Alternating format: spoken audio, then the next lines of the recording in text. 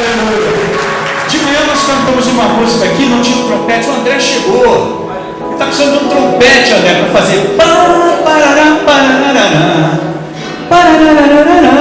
Se você não consegue, tem um pessoal que toca um trompete celestial aqui, André.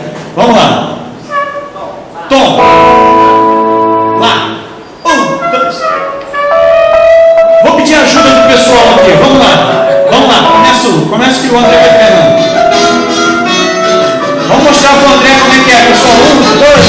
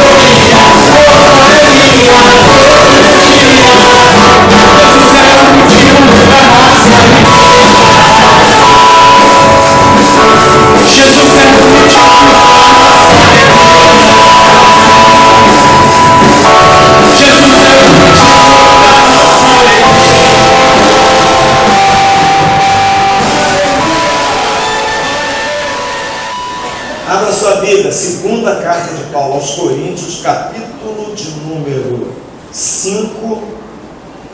Nós vamos ler do verso 14 até o 21. E depois nós vamos ler João, capítulo 3, do verso de número 16 até o 21. Vamos ler então? Verso de número 14. Pois o amor de Cristo nos constrange, julgando nós isto: um morreu por todos, logo todos morreram. E ele morreu por todos, para que os que vivem não vivam mais para si mesmos, mas para aquele que por eles morreu e ressuscitou. Assim que nós, daqui por diante, a ninguém conhecemos segundo a carne. E se antes conhecemos Cristo segundo a carne, já agora não o conhecemos deste modo. E assim, se alguém está em Cristo, é nova criatura. As coisas antigas já passaram, eis que se fizeram novas. Ora, tudo provém de Deus, que nos reconciliou consigo mesmo por meio de Cristo e nos deu o ministério da reconciliação, a saber, que Deus estava em Cristo reconciliando consigo o mundo, não imputando aos homens as suas transgressões, e nos confiou a palavra da reconciliação, de sorte que somos embaixadores em nome de Cristo, como se Deus exortasse por nosso intermédio. Em nome de Cristo, pois, rogamos que vos reconcilieis com Deus. Aquele que não conheceu o pecado, ele o fez pecado por nós, para que nele fôssemos feitos justiça de Deus. Agora vamos para João 3:16. João, capítulo número 3, verso 16 até o 21, muito conhecido também, nosso, e diz assim: porque Deus amou ao mundo de tal maneira que deu o seu Filho unigênito, para que todo o que nele crê não pereça, mas tenha a vida eterna. Porquanto Deus enviou o seu Filho ao mundo, não para que julgasse o mundo, mas para que o mundo fosse salvo por ele. Quem nele crê não é julgado. O que não crê já está julgado, porquanto não crê no nome do unigênito Filho de Deus. O julgamento é este: que a luz veio ao mundo e os homens amaram mais as trevas do que a luz, porque as suas obras eram más. Pois todo aquele que pratica o mal aborrece a luz e não se chega para a luz, a fim de não serem arguídas as suas obras. Quem pratica a verdade aproxima-se da luz, a fim de que as suas obras sejam manifestas, porque feitas em Deus. Obrigado, meu Senhor, pela leitura da Tua palavra, Senhor. Ajuda-nos agora na reflexão, na meditação da Tua palavra. Que o Teu Santo Espírito possa estar nos guiando, nos conduzindo nesta hora, em nome de Jesus, para que possamos receber do Senhor tudo aquilo que o Senhor já preparou para o Teu povo, para a Tua igreja nesta noite. Orienta-nos, guia-nos, usa-me como instrumento em Tuas mãos, Senhor. Nada sou, nada tenho de mim mesmo. Tudo que eu tenho vem do Senhor. Portanto, estou aqui apenas como um canal, como instrumento em Tuas mãos. Que o Teu povo seja abençoado, em nome do Senhor Jesus. Que a Tua palavra possa chegar, penetrar nos corações nesta noite. Que vidas sejam transformadas, que vidas sejam libertas pelo poder da Tua palavra. Em nome de Jesus oramos agradecidos. Amém. Amém. Tome o seu lugar. O tema da nossa mensagem hoje é os maiores acontecimentos da Terra. Meus irmãos, ao longo da existência humana, muitas coisas aconteceram. Muitas situações surgiram. Muitos homens foram usados por Deus para beneficiar a humanidade, enquanto alguns foram usados pelo próprio inimigo para prejudicar a humanidade. Nós percebemos que a maioria dos homens foram usados para que pudessem trazer benefícios para a humanidade. Hoje nós desfrutamos de tantas coisas boas em virtude do despreendimento, da atenção, da dedicação, do interesse, até, por que não dizer, do sacrifício de alguns homens, de algumas mulheres, em busca de descobertas, em busca de coisas novas para abençoar a humanidade. E eu queria citar algumas coisas que são importantes, por exemplo, que beneficiaram e têm beneficiado a humanidade. Por exemplo, por que não falar de um homem chamado Louis Pasteur, um francês químico, em que trouxe tantos benefícios para a humanidade na década de 1860. Este homem, ele descobriu que a causa de muitas doenças infecciosas, elas eram em virtude dos micro-organismos. Então esse homem descobriu tudo isso. E em virtude disso, o que ele fez? Essas infecções, elas afetavam não somente o corpo humano, ou seja, o próprio homem, ele se contaminava e contaminava outros, como também através dos alimentos. Então ele descobre isso. E aí, o que ele faz? Ele lança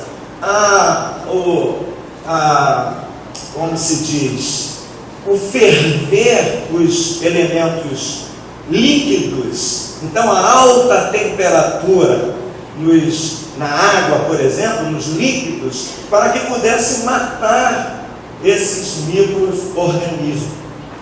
Daí a palavra pasteurização, né? Que é uma temperatura elevada. Agora vocês percebem quantos benefícios esse homem trouxe para a humanidade, através dessa descoberta, através desse interesse, dessa dedicação. Então a alta temperatura hoje e o cuidado na asepsia, porque aí, através dessa ideia primitiva de Pasteur, o que aconteceu? Desencadeou novos processos. Hoje a gente vê um cuidado nos hospitais, em nossa própria casa, residência, um cuidado nos alimentos, outros tipos outras formas foram descobertas em virtude dessa ideia primária, desse princípio de Pasteur. Então vejam, meus irmãos, que benefício trouxe este homem para a humanidade. Podemos também pensar no fato de estarmos aqui. Por que nós estamos aqui? Porque nós temos energia, a energia elétrica. E aí, a energia é impressionante, porque alguém descobriu que a energia podia ser acumulada. Daí surgiu a bateria. O microfone funciona com isso. O teu celular funciona com isso. Você anda com o teu celular. Enfim, os carros e tantos outros benefícios em virtude da energia, da descoberta da bateria e de tantas outras ramificações da energia, não é? Da luz elétrica e tantas outras coisas que beneficiou a humanidade.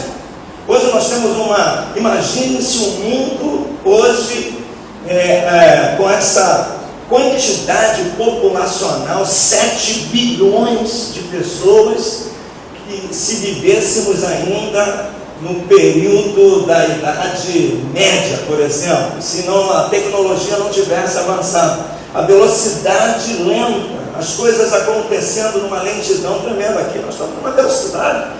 Se você acessar aí a internet, você vai saber de tudo que está acontecendo no mundo. Pois bem, são benefícios para o nosso tempo, para a humanidade. Outro fato que eu quero citar, que eu relacionei aqui, o próprio raio-x. O raio-x, que era uma forma de se fotografar um problema no interior do homem. Tanto benefício que o raio-x trouxe.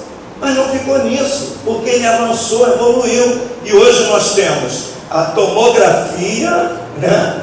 A ressonância magnética, tudo vindo de uma ideia primária, de alguma coisa que se iniciou. Vejam quantos benefícios. Hoje você entra numa máquina, o cara te coloca numa máquina ali, a máquina roda, sobe, desce. Eu sei que os caras verificam tudo que tem dentro de você.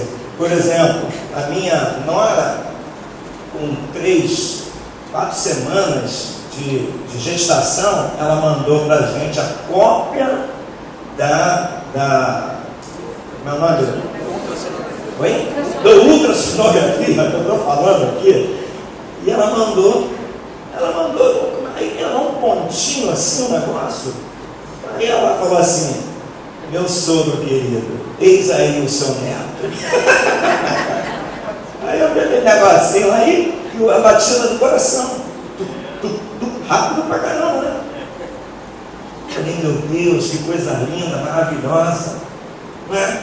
Então, homens que beneficiaram. E por que não falar também de Alexander Fleming, que é o pai da penicilina, o pai do primeiro antibiótico.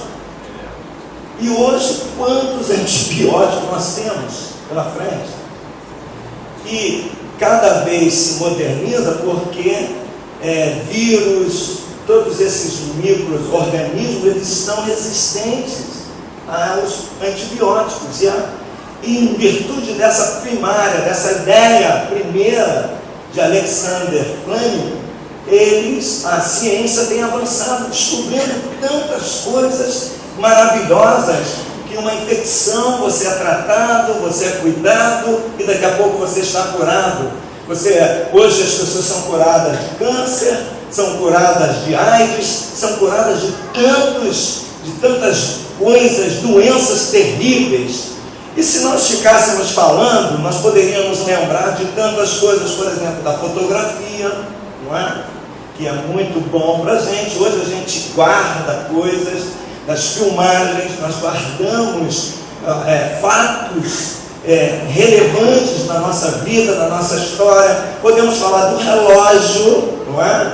Antes se usava o que? A água, o sol, a areia, não é? Hoje o relógio digital, o avanço, poderíamos falar disso, dessa descoberta.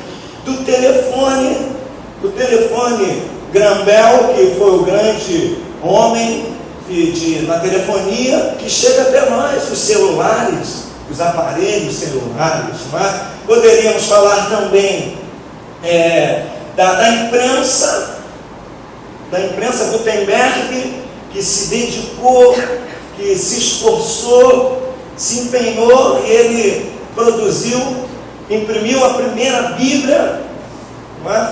Foi produzido por Gutenberg, e hoje nós temos aí a imprensa, o avanço, a evolução, o crescimento, enfim, são tantas coisas, pessoas, eventos, situações que foram importantes na trajetória humana. Porém, meus irmãos, todas essas coisas têm beneficiado a humanidade, têm nos beneficiado, eu não tenho a menor dúvida. Porém, existem alguns fatos. Por essa razão, o título está no plural, os maiores acontecimentos da Terra. Porém, alguns fatos que são maiores do que esses que foram produzidos diretamente por Deus. Quais são esses fatos, pastores? São fatos, são eventos, situações que Deus mesmo produziu. Todos esses fatos, essas descobertas, Deus usou o homem.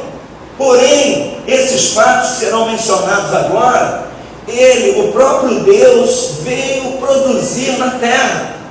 Ele veio para beneficiar o homem, né?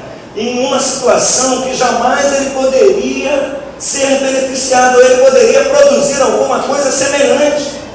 E aí Deus veio. Eu quero relatar para vocês 3 fatos importantes produzidos por Deus que nos beneficiam. Eu posso não morrer por um desses vírus que, quem sabe, o homem descobriu um antibiótico para combater, e eu não vou morrer, eu vou ter uma sobrevida, eu vou ter mais um tempo de vida. Isso é significante? Claro que é. Porém, diante desse evento que Deus produziu, o fato de eu não morrer me torna-se insignificante.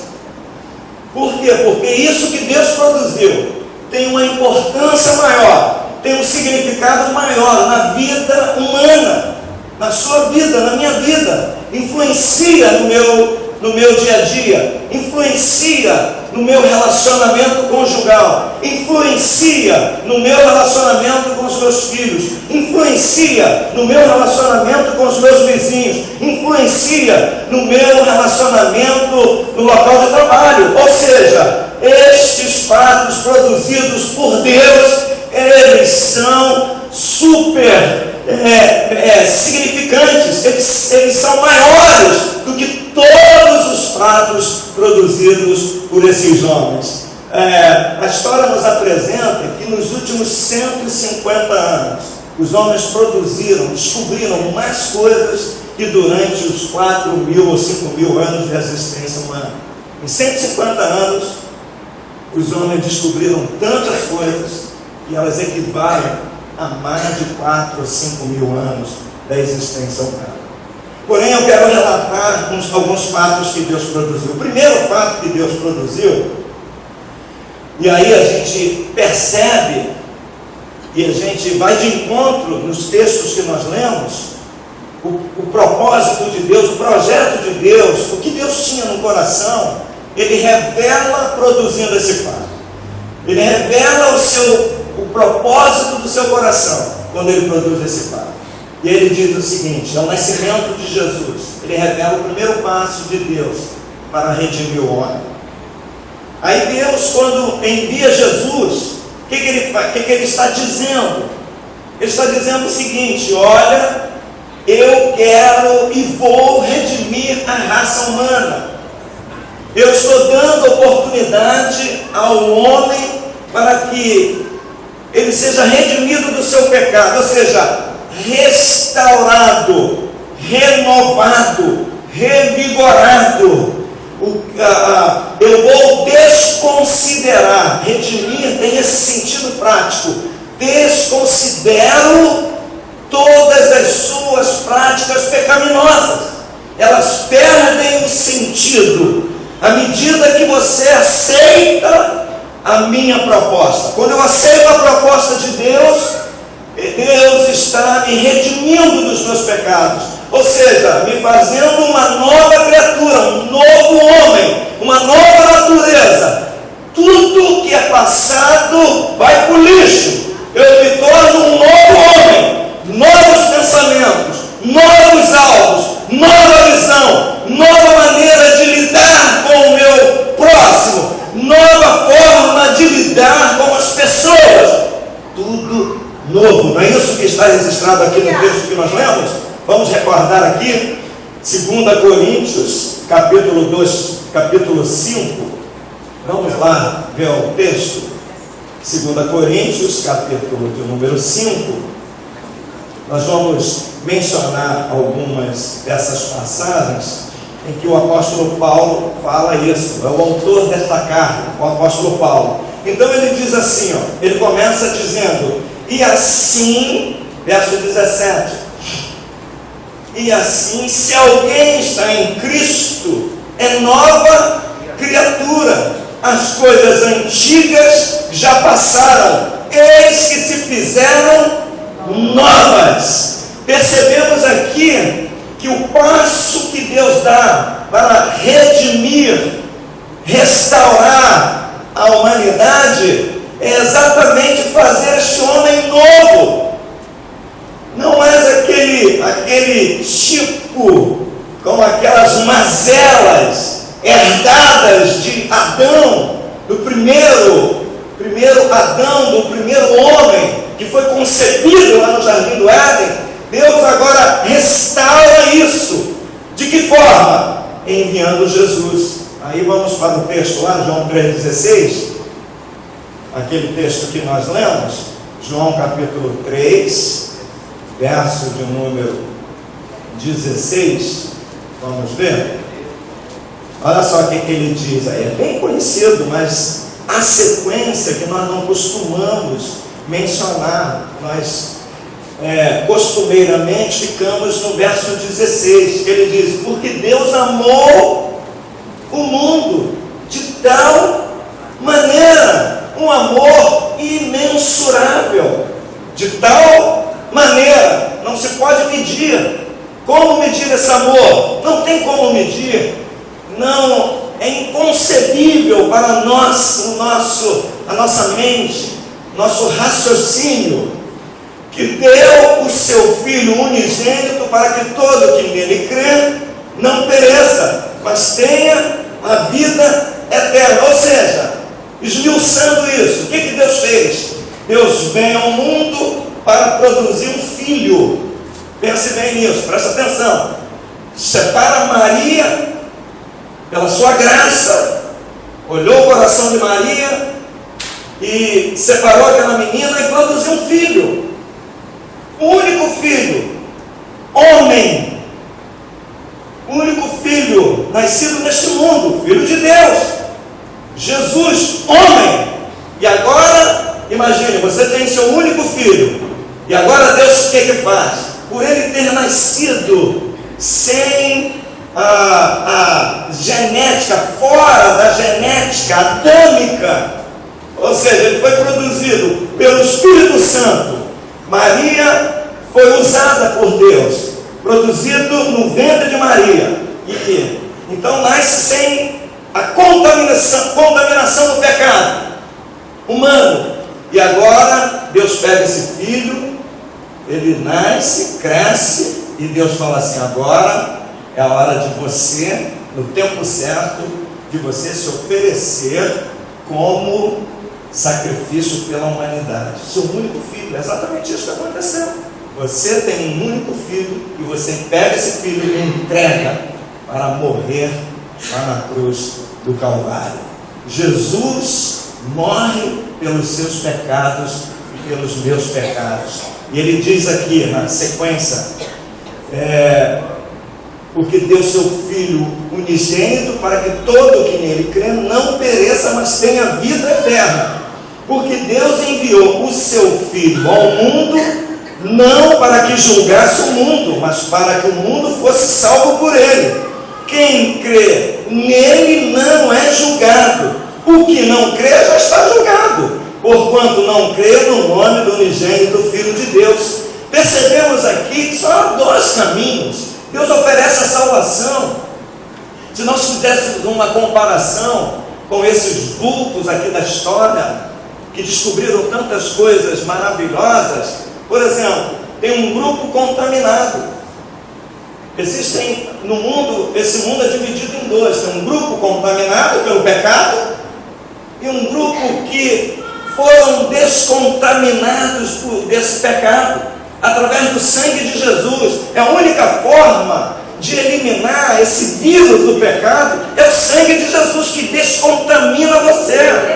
É como se nós vivêssemos em um território com radioatividade, com um elemento químico que contaminasse as pessoas, e só tem uma forma dessas pessoas serem descontaminadas: através de um processo complicado, difícil. É exatamente isso que tem acontecido na raça humana. Existem pessoas que estão contaminadas, e nós vivíamos fazíamos parte desse grupo. Porém, o sangue de Jesus, quando eu aceitei, descontaminou a minha vida. Eu saí desse grupo e agora faço parte de outro grupo. Não tem saída para você. Veja que o texto é bem claro, é claríssimo. Ele diz: quem nele crê não é julgado. O que não crê já está julgado, ou seja, vai morrer, está contaminado. Morte, longe, separação eterna de Deus. Não tem saída. Eu preciso decidir, eu preciso escolher se eu quero ser descontaminado ou não. Lembram-se de Naamã, em que a escrava que era mantida lá na residência de Naamã, na Síria, disse a Naamã: olha, ele era leproso, general, era um homem de valor na Síria, era um general com graduação, com estrelas, com um monte de coisas, medalhas, etc. Porém era leproso. E a menina diz: só há uma maneira do Senhor ficar livre desta lepra. Se o Senhor for a Israel, lá tem um homem de Deus, e este homem vai guiar, vai orar pelo Senhor, o Senhor será curado. Não tinha outra forma, ele estava contaminado. Percebam, queridos, há uma contaminação no mundo, há um vírus maligno que penetra nas mentes, nos corações, que deturpa valores, ideias que foram estabelecidas por Deus. Deixa, pois, o homem pai e mãe, e une-se a sua mulher, e vós serão uma só carne. Pois bem, há um vírus que tenta tirar esse conceito das mentes, que contaminaram as pessoas.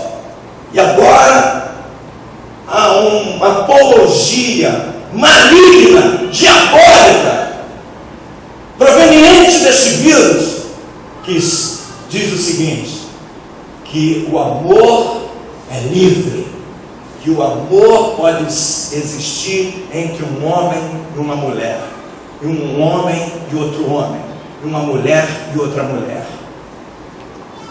E mais, esse vírus maligno também diz que o amor pode existir entre 2 homens e uma mulher, ou entre 2 mulheres e um homem. Então é um vírus maligno que contamina a sua mente, que contamina o seu coração, que é disseminado através dos meios de comunicação, através das grandes redes, a TV aberta, a TV fechada. Todos esses meios de comunicação, eles estão a serviço do mentor, do idealizador, daquele que soltou esse vírus no mundo, que foi produzido no seu laboratório, lá no inferno, e soltou nesse mundo, e tem contaminado as pessoas, através dos meios de comunicação, das grandes redes, da internet, e por aí afora. Só vamos ficar livres através do sangue de Jesus. Aleluia. Pois bem, Naamã só tinha uma maneira de ser curado: ir a Israel. E ele foi. Foi uma decisão difícil, pois ele tinha que ter tempo, deixar os seus afazeres, abrir mão de algumas coisas, renunciar, reunir a comitiva, pois ele era um general, não podia andar sozinho, ele tinha que andar com uma equipe. Ele tinha que ter as seguranças, ele tinha que se deslocar, tinha que falar com o rei do outro país, afinal ele ia entrar no outro país.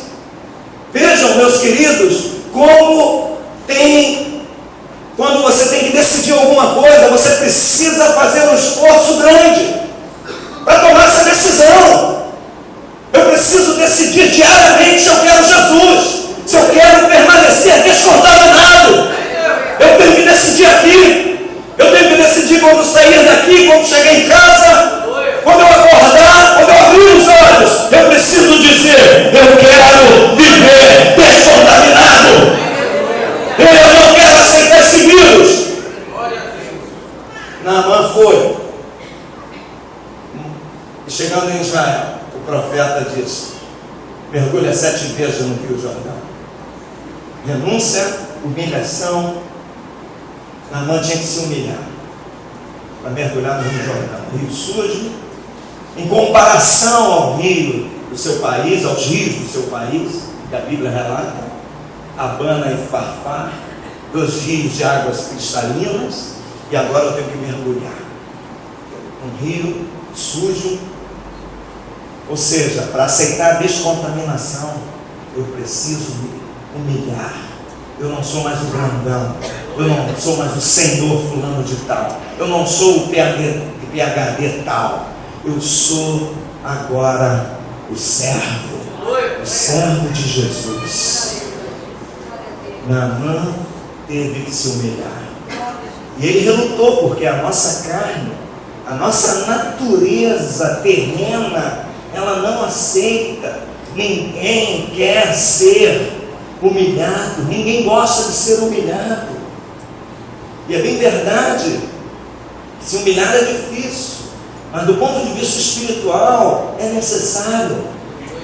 A minha natureza terrena, a natureza da minha carne, ela coaduna com a natureza maligna, ou seja, ela compartilha ou é compartilhado com as coisas diabólicas.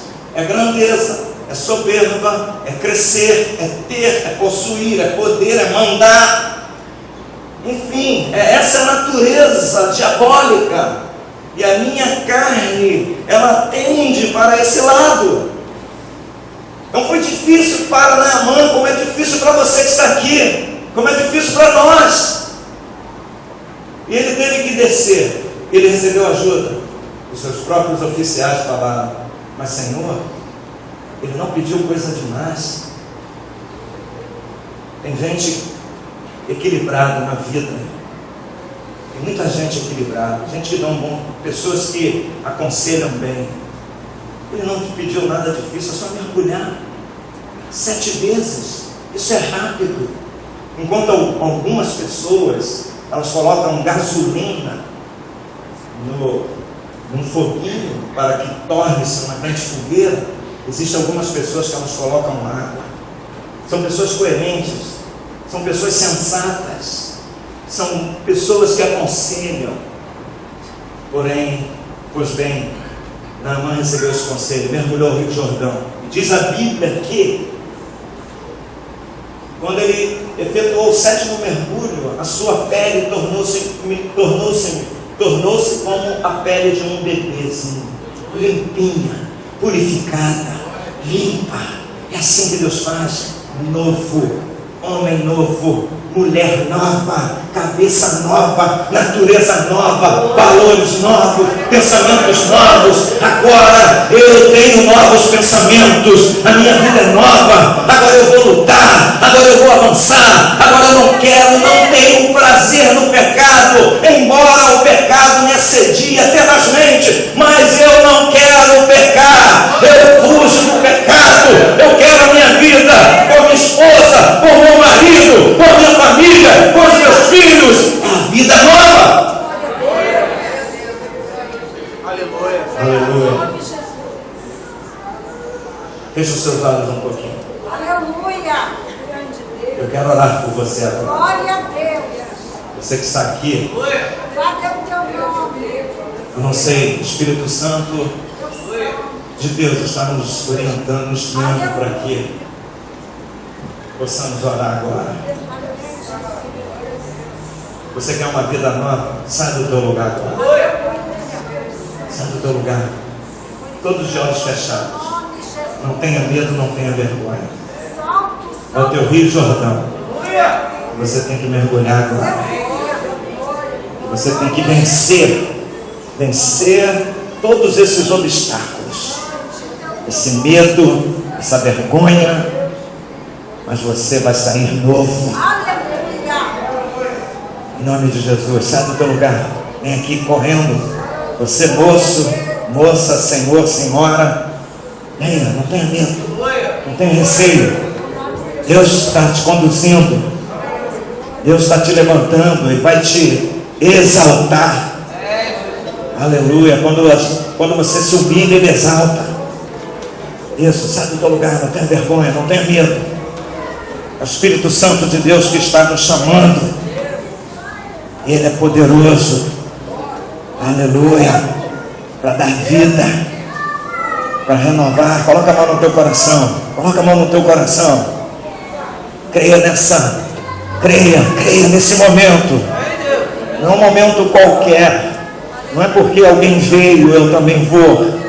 Mas é porque o Espírito Santo está te chamando, está te conduzindo nessa hora, neste momento, trazendo vida ao seu coração. Eu quero pedir à igreja para estar orando, em nome de Jesus. Em nome de Jesus, Senhor. Mas tudo novo nessa hora, nesses corações, nessas vidas, nesses homens, nessas mulheres. Mas tudo novo agora. O pecado foi deixado de lado, foi destruído pelo poder da tua palavra. Esse tudo se fez novo. Aleluia.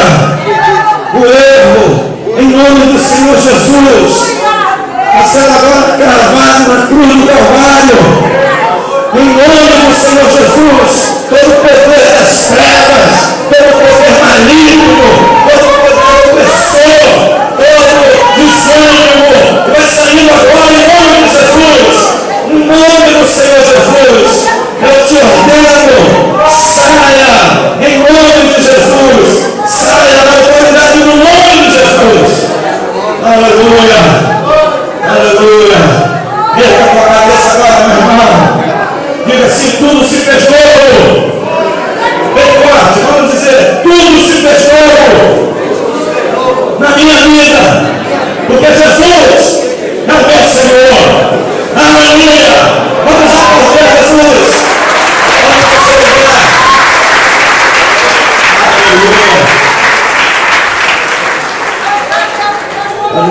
seu lugar. Esse foi o primeiro passo de Jesus. Aleluia. O primeiro passo de Jesus, ele revela o seu amor. O primeiro passo de Deus, que revela o seu amor enviando Jesus. Mas Deus não ficou somente nesse passo. Tem o segundo passo de Deus.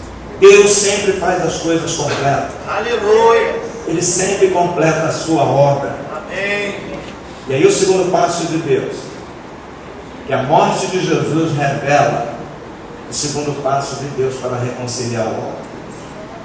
Como nascer, meu filho amado, querido, e Deus protege o seu nascimento.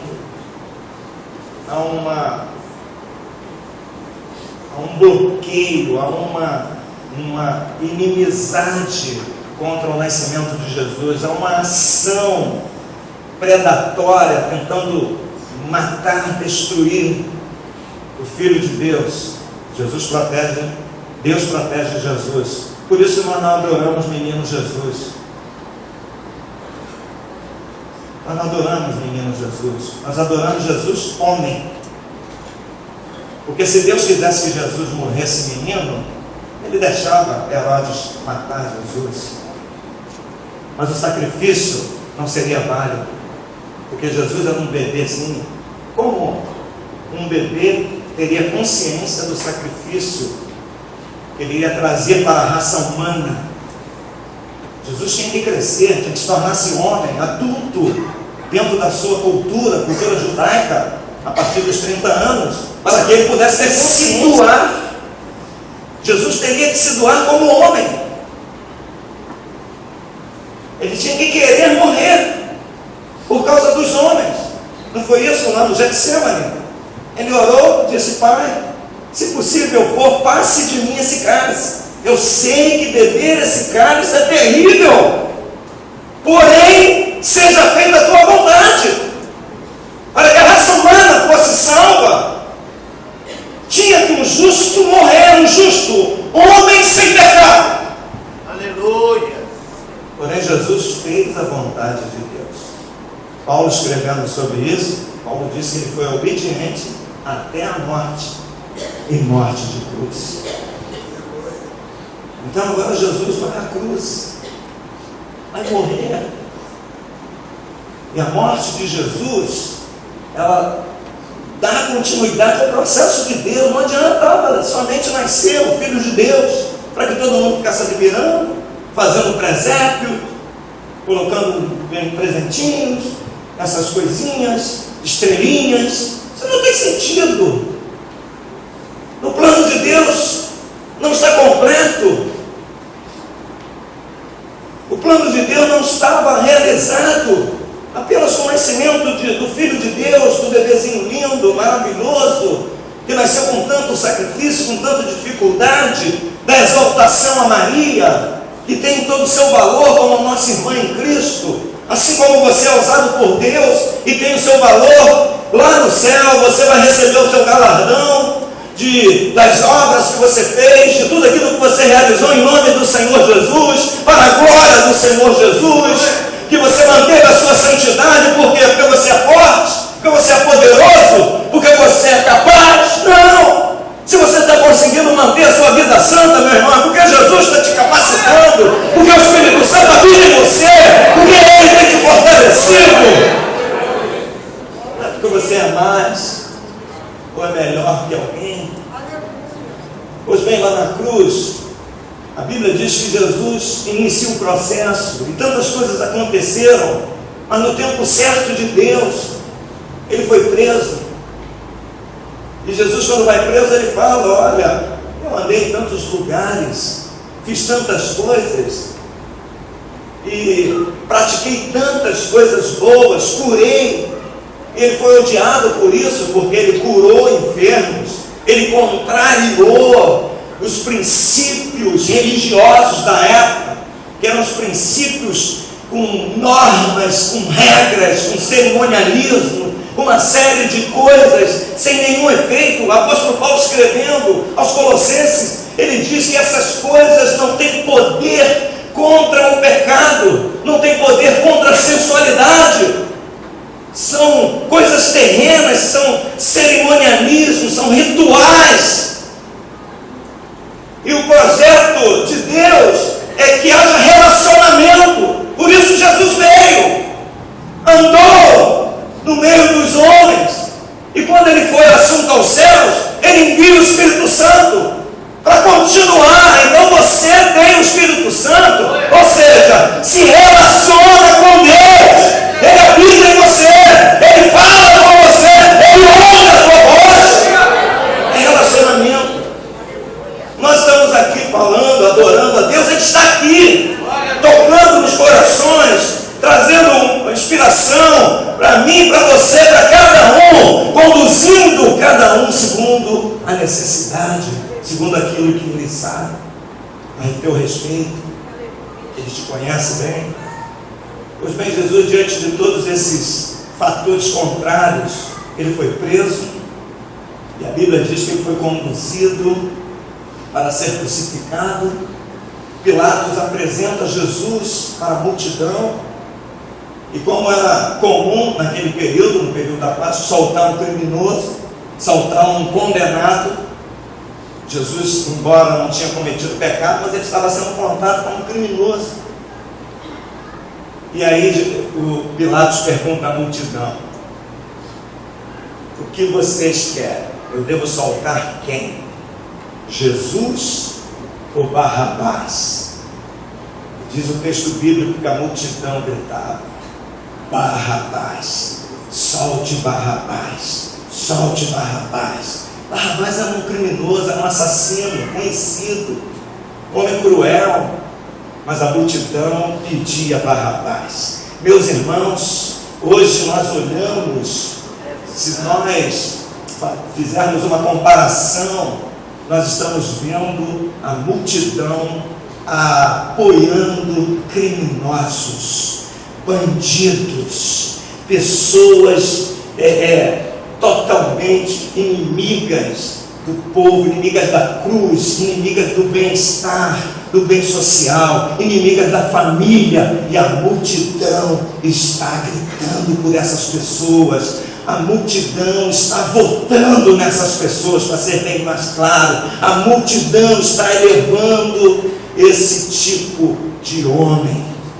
esse tipo de ser humano, e deixando Cristo de lado, deixando o bem de lado. E Jesus é condenado, é levado à cruz. A Bíblia diz que Pilatos, quando pergunta à multidão, ele olha para Jesus e fala: eu não vejo mal nenhum neste homem, eu não vejo pecado nenhum neste homem. E Pilatos fica sem compreender, e alguns juristas romanos, eles ficaram sem entender. Por quê? Porque Jesus não teve direito à defesa. Jesus é condenado por um crime que ele não praticou, um suposto crime, porque ele se fazia Deus, segundo a acusação dos religiosos, dos judeus, ele se dizia que era Deus. Isso era crime. Porém, nas leis romanas, ele não tinha, para os romanos, para as leis romanas, ele não tinha cometido crime algum. O que ele fez? Ele matou alguém? Pelo contrário, um advogado de defesa, assim brilhante, como muitos têm aqui, Claudinha, como outros advogados, certamente absolveria Jesus fácil e fácil. Não é? Na verdade, com todos os elementos de provas do que ele tinha feito, absolver esse homem ia ganhar uma grana. Se bem que não, Jesus era pobre, né? Ele ia correr para a defensoria pública, ia usar um advogado, ia usar a defensoria pública. Não tinha pecado, homem sem pecado, condenado à morte. E ali na cruz do Calvário, meus irmãos, Deus revela o seu passo para reconciliar o homem. Capítulo 5 de Romanos, vamos ver aí. A gente percebe que, eu estou terminando, tá? Capítulo 5 de Romanos, Veja que o apóstolo Paulo fala, lá na cruz do Calvário, quando Jesus entrega a sua vida, ele justifica a minha, justifica a sua. Justificados, pois, mediante a fé, temos paz com Deus, por meio de nosso Senhor Jesus Cristo, por intermédio de quem obtivemos igualmente acesso pela fé a esta graça, na qual estamos firmes e gloriamo-nos na esperança da glória de Deus. Mediante a morte de Jesus lá na cruz do Calvário, quando Jesus declara: Pai, está consumado, ou seja, a obra está pronta, a morte que deveria acontecer está sendo realizada, está consumado. E a Bíblia diz que Jesus morre, expirou, morreu ali na cruz do Calvário. Ele morre entregando a sua vida por nós, por mim, por você, pelos pecadores, por todos aqueles que creem em Jesus. Diz o apóstolo Pedro, pregando, ele diz que esta promessa, a promessa de Deus é para todos aqueles que creem em Jesus, os de hoje, o tempo de hoje, no futuro, todos que creem em Jesus. Paulo, pregando em Atenas, fala que esta mensagem do Evangelho não é somente para essa geração, mas é para gerações futuras, para todos que vierem a crer em Jesus. É o segundo passo de Deus, a morte de Jesus. Sem a morte de Jesus, não há remissão de pecados. Sem derramamento de sangue, diz o autor de Moisés escrevendo o livro de Levítico, ele diz que sem derramamento de sangue não há remissão de pecados.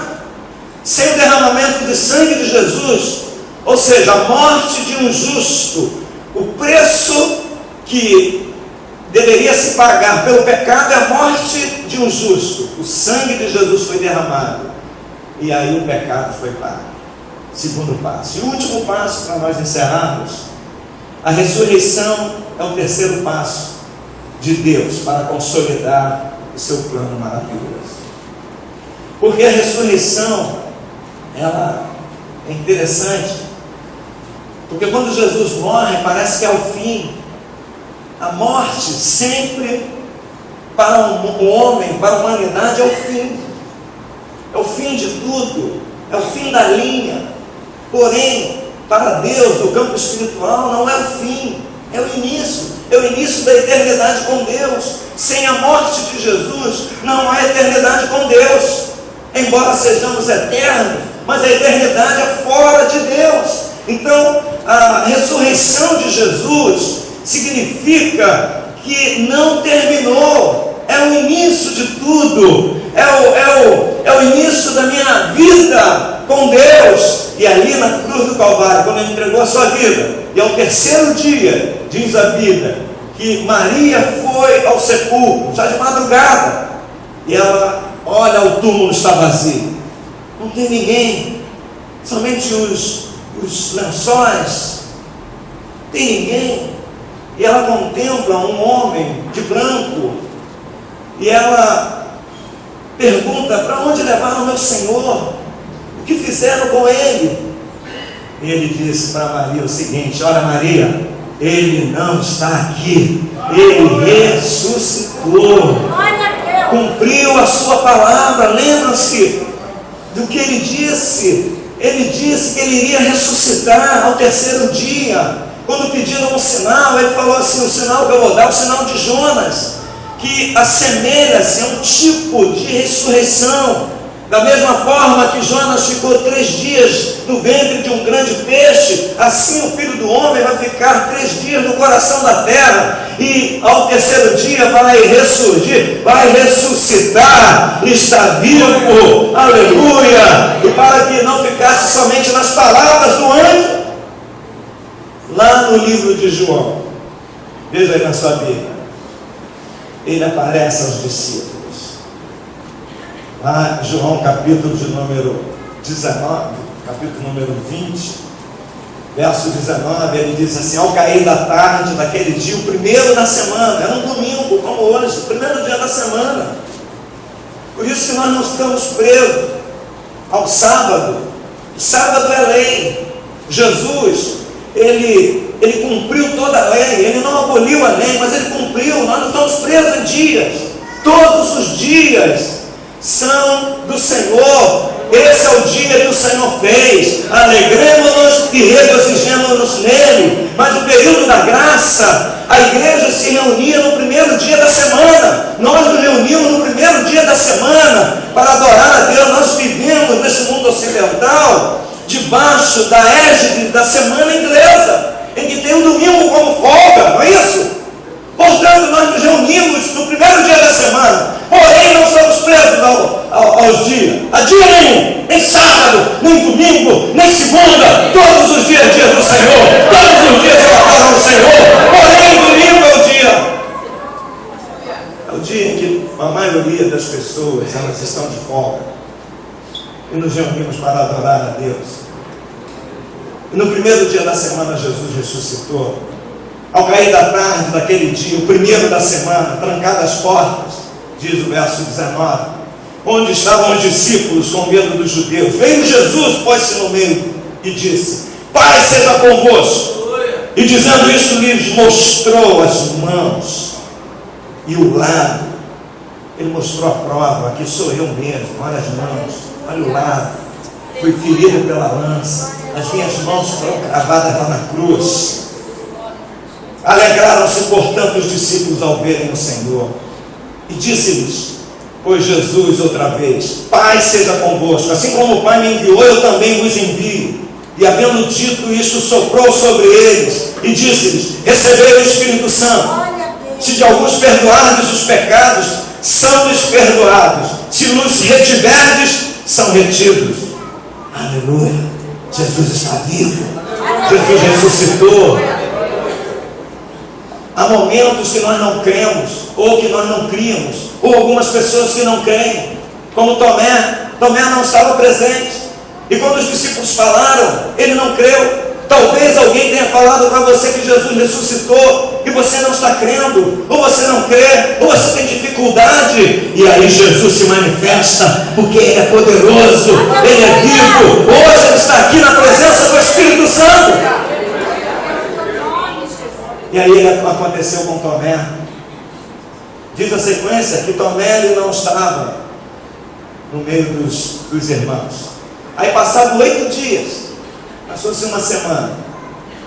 Diz o verso do número 26. Eles estavam outra vez reunidos, como era costume, os cultos, momentos juntos de adoração a Deus. Estando as portas trancadas, veio Jesus e pôs no meio dele, disse: Pai seja convosco. E logo disse a Tomé: Deus é assim, é um Deus que se relaciona, é um Deus que conhece os meus anseios, os seus anseios, as minhas dúvidas, as minhas agonias, os meus dramas, as minhas fraquezas. Elas não são às vezes demonstradas aqui, elas não são demonstradas no meio da multidão, mas elas são demonstradas quando eu estou sozinho, ou quando eu estou debaixo de uma pressão, debaixo de decisão, tenho que responder. É nessa hora que eu sou conhecido, é nessa hora que eu demonstro quem eu sou. E aí Deus sabe quem eu sou.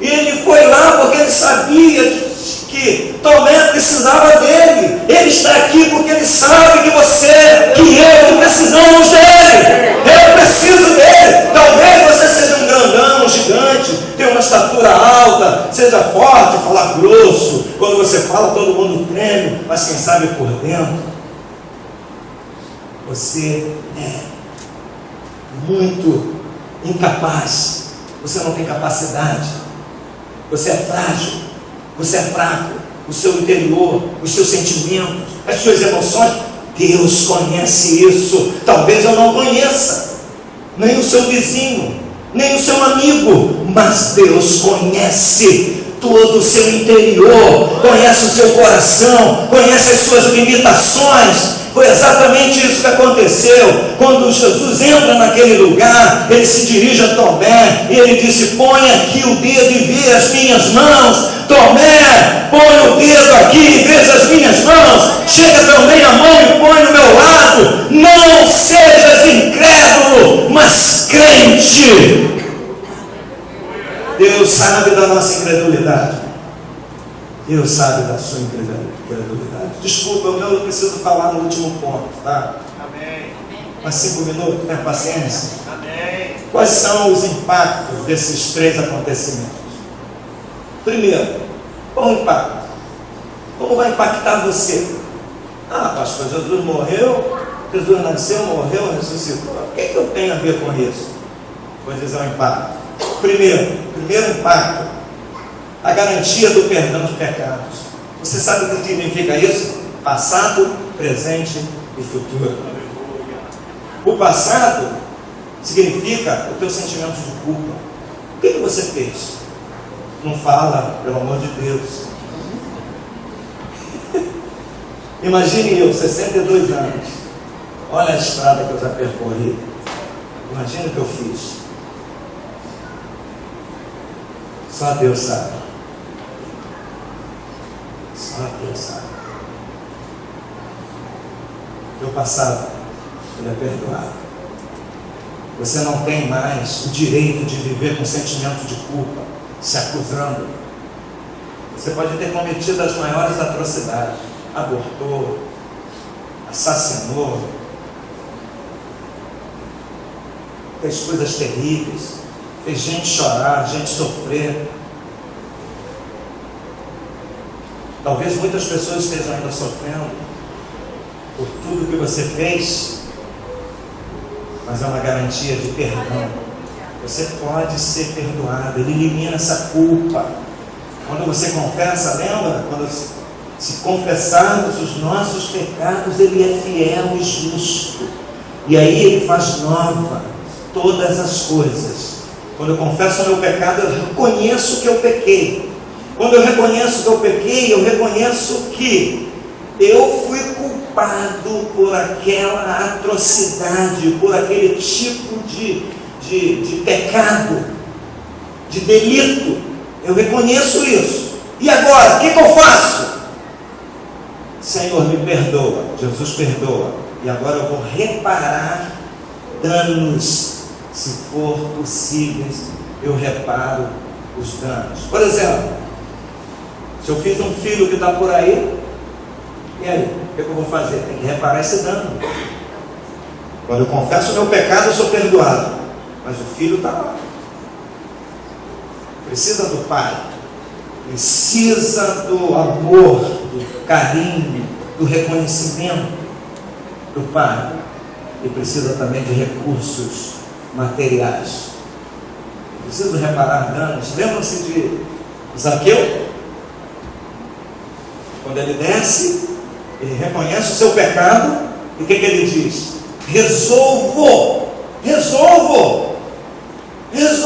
dar, doar. Eu resolvo vender coisas aos pobres. Ou seja, aquilo estava na consciência dele. O Espírito Santo falou ao seu coração, foi a sua consciência, e ele deve ter lembrado as desgraças que ele tinha feito, quantos roubos ele tinha praticado, roubando os pobres,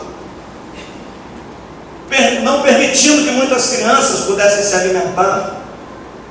Então, garantia de perdão de pecado, elimina a culpa, elimina a sua paralisia, ou seja, o presente, passado, culpa, presente, não presente, você vai continuar andando, você não vai ser mais paralisado, você agora é nova criatura. Por isso prossigo, olhando firmemente para Jesus, autor e consumador. Esse aqui está. Vou trocar.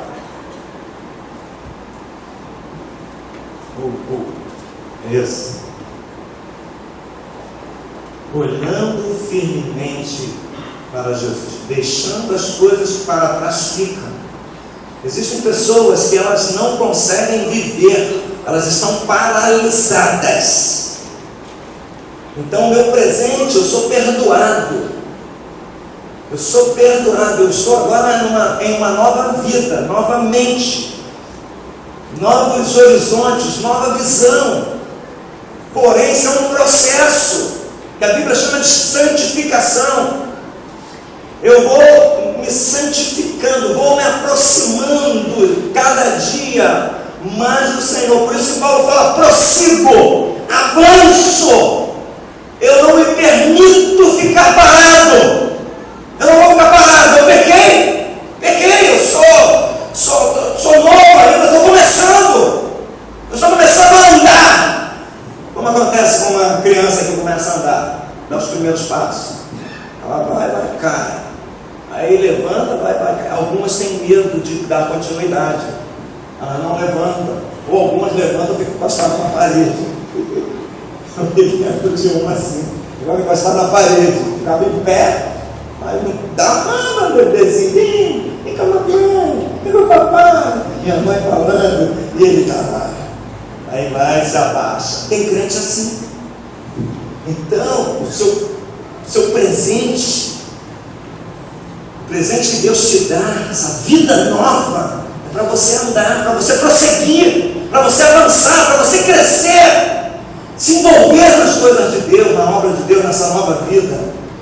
E ainda no primeiro ponto, dos pecados são perdoados, o futuro, você tem futuro agora, você tem um futuro promissor, você tem esperança no amanhã, é a garantia do teu amanhã. Deus garante um amanhã promissor. Ah, pastor, mas eu estou com essa dificuldade, com isso, com aquilo. Não importa, o teu futuro tem garantia, promissor. Então a primeira coisa, garantia de perdão dos pecados. Segundo, poder para ser livre dos pecados, não somente perdoados. Perdoada a tua confissão: Senhor, eu fiz isso. Aí Jesus vem e te perdoa. Mas agora, como que você vai deixar de praticar essas mesmas coisas? Como que esse negócio, você não vai permitir que esse negócio volte? Esse olhar, dessas práticas, dessa vida sexual imunda que você tinha, inclusive dos pensamentos. Como você vai ser livre disso? Há uma libertação, ou seja, a presença de Deus dentro de você garante isso, porque Ele habita em lugar limpo, e Ele vai limpar você, e Ele vai trazer a limpeza no teu coração, e vai cortar todas as ligaduras, todas as amarras, todas aquelas coisas, aquelas falcatruas em todas as áreas, na área sexual, na área financeira, econômica, nas ligações, aquele dinheirinho, aquela entrada, aquela fala, aquela maneirinha, nada disso mais vai fazer parte da sua vida, uma nova vida. Aquele negócio sexual, aquela dupla interpretação, isso tem que sair. Aleluia. Isso é o benefício, é o impacto que traz para o homem, para o ser humano, qualquer tipo de homem, não importa. Terceiro, a possibilidade de ser curado fisicamente. Você pode ser curado, porque há um poder de cura no sangue de Jesus, há um poder de cura no sacrifício de Jesus. Ele diz na sua palavra: pelas suas pisaduras somos curados. Isaías 53 fala que Ele levou sobre si as nossas enfermidades. Então há um poder de cura para você. Você pode ser curado, sim. E para finalizar agora sim, você tem o direito de desfrutar da vida eterna com Deus. Aleluia. Que coisa maravilhosa, meus irmãos. Sabe o que significa isso? Você vai receber, vai ser recebido na glória. Vou fechar aqui. Você vai recebido no céu. Se você fechar os olhos aqui, você vai ser recebido nos céus. Se Jesus vier buscar a sua igreja, você vai subir. E lá no céu há uma festa. Você vai ser condecorado, sabia? É como se você ganhasse um campeonato. Você vai receber a coroa. Você vai receber o prêmio. Olha só, você vai desfrutar disso. E se você olhar aqui, eu preciso ler alguns textos interessantes aqui em Apocalipse. Nós vamos ver, por exemplo, que você vai ser servido, nós seremos servidos por Jesus, o Cordeiro. O Cordeiro vai servir-nos uma grande mesa com todos os povos, de todas as tribos, todas as nações. Estaremos lá reunidos agora em uma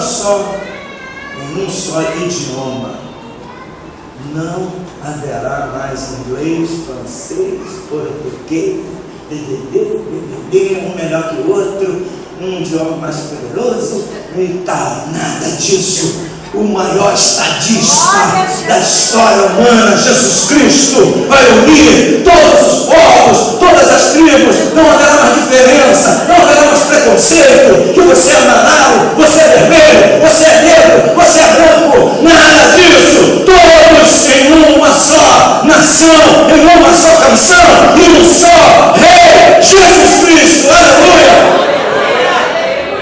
Glória a Deus, aleluia! Aí aqui no capítulo, vamos ficar em pé, fique em pé, por favor. No capítulo Apocalipse, no 21, ele diz assim, ó, 21, ele diz: vi um novo céu e nova terra, pois o primeiro céu e a primeira terra passaram, tudo novo, passou, você não vai lembrar mais disso, desse mundo caótico, dessas tragédias contaminadas pelo pecado, novo céu, nova terra, nova vida, e também a cidade santa, a nova Jerusalém, que descia do céu, da parte de Deus. Você sabia que Deus está construindo essa nova Jerusalém?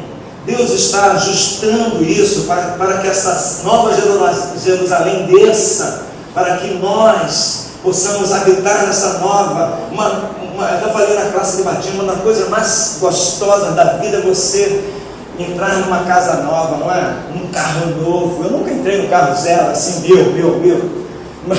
Mas eu sei, eu já vi alguns irmãos, eu sinto a alegria deles, eu também fico alegre por eles, fico que bom, cheirando a novo. Ai, que cheirinho gostoso, um cheirinho diferente, e uma casa nova é bom demais. Nova Jerusalém é uma casa nova, meu irmão. Isso é o legado da obra de Jesus Cristo para você, para mim. E ele diz, Jerusalém que descia da parte de Deus, ataviada como noiva, adornada para o seu esposo. Aí, no capítulo 22, ele diz o seguinte: então me mostrou o rio da água da vida, brilhante como cristal, que sai do trono de Deus e do Cordeiro, no meio da sua praça, de uma e outra margem do rio. Veja só o detalhe: de uma e outra margem do rio está a árvore da vida, que produz 12 frutos, dando o seu fruto de mês em mês, e as folhas da árvore são para a cura dos povos. Nunca mais haverá maldição, nela estará o trono de Deus e do Cordeiro, os seus servos os servirão, contemplarão a sua face, e na sua fronte está o nome dele. Então já não haverá noite, nem precisam eles de luz de candeia, nem da luz do sol, porque o Senhor Deus brilhará sobre eles, e reinarão pelos séculos dos séculos. Aleluia, louvado seja o nome do Senhor. Esse é o legado para você, esse é o legado para mim, para todos nós. Esse é o maior, ou esses são os maiores acontecimentos. Lá não haverá luz, eu não vou precisar de luz elétrica, eu não vou precisar de nenhum tipo de energia, de acumular energia, de nenhum tipo de antibiótico, eu não vou precisar nada disso, porque tem a árvore da vida, tem o rio de Deus, tem o trono de Deus. Eu quero perguntar para você agora: você quer essa vida? Sai do teu lugar, vem aqui. Você quer permanecer nessa vida? Saia, vem aqui, nós vamos terminar orando com você. Não abra mão disso, é a sua decisão, é cura para a sua vida, é a descontaminação do seu ser, da sua mente, do seu coração, de todos esses vírus malignos que foram produzidos no inferno para destruir você, para destruir tua família, para destruir teus sonhos, enquanto Deus está te dando sonhos reais. Isso é real, meu irmão. Isso não é história da carochinha. Isso tem valor. É importante que você creia. Sai do teu lugar, vem aqui correndo, crendo, com teu coração aberto, com teu coração desejoso de estar diante do Senhor. Em nome de Jesus. Você que tem tropeçado, você que tem fracassado, você que tem desanimado, você que está vivendo culpa, você que precisa ser liberto, sai do teu lugar, vem aqui, bem rápido. Nós já estamos terminando, já passamos da hora. Não vamos nos alongar, mas venha, eu quero dar oportunidade para você, em nome de Jesus, que Deus está te dando. Tem mais alguém? Em nome do Senhor Jesus. Você que quer reconciliar-se com Deus, aceitar Jesus como seu único Salvador, não é frequentar a igreja, eu já vou na igreja tal, é aceitar Jesus, é dizer para Jesus: Jesus, eu te quero sim, eu quero o Senhor para a minha vida, eu não abro mão de Jesus, eu renuncio todas as outras coisas. É isso, aceitar Jesus. Não tem meio termo, não é frequentar a igreja, não é fazer parte de um grupo, não é gostar, é amar Jesus. Esse é o teu desafio, meu irmão. Sai do teu lugar, vem aqui, não tenha medo, não tenha vergonha de dizer isso publicamente, de confessar Jesus. A Bíblia diz que se você o confessar diante dos homens, Ele vai confessar você diante dos homens. Mas se você o negar, Ele o negará. Ele vai negar você, não tenha a menor dúvida.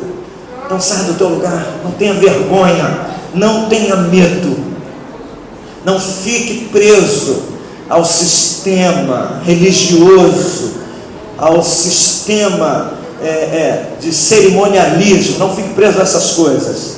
Jesus quer o seu coração, quer compromisso com você, você tenha compromisso com Ele. Amém? Vamos orar por esses irmãos que estão aqui. Pastor, ora aqui, vem aqui clamar por essas vidas aqui, em nome de Jesus. Nós vamos impor as mãos. Aleluia, Senhor. Aqui estão os teus filhos. Estenda as suas mãos para cá, querido. Oh, meu Deus, que tenha atendido a este convite maravilhoso, este convite irrecusável que o Senhor nos faz nessa noite mais uma vez. Oh, venha tratar dessas vidas, Senhor. Venha trabalhar nessas vidas, de maneira que a tua vontade possa prevalecer nesses corações, que tu possas firmar esses passos. Toma nas tuas mãos, ó Pai, nosso irmão Natal, a Viviane que está aqui, meu Deus. Oh, meu Deus, faz uma grande obra, como o Senhor tem feito até agora. São vidas preciosas que foram compradas pelo teu sangue na cruz do Calvário. Oh, meu Deus, atende, Senhor, aos anseios, atende ao apelo desses corações e traz libertação, traz transformação, Senhor, e faz uma grande obra sobre essas vidas. Nós queremos colocá-las sob teus cuidados, ó Pai, a fim de que tu possas operar um milagre nesta noite. Oh, meu Deus, e outras vidas que aqui estão, ainda que não estão aqui na frente, Senhor, mas têm manifestado nos seus corações, oh, meu Deus, o desejo de mudar, Senhor, de, Senhor, trilhar novos rumos na sua vida. Que o teu Espírito Santo esteja confirmando esta decisão nesta noite. Toma essas pessoas que estão aqui neste auditório, que estão aqui neste templo, Senhor, e faz, meu Deus, com que essas vidas sejam tocadas e movidas pelo teu Espírito, oh, meu Deus, a permanecerem, a tomarem a decisão de te servir e estar na tua presença. Obrigado pela tua palavra. Nós te agradecemos em nome de Jesus. Deus abençoe vocês, queridos. Deus abençoe.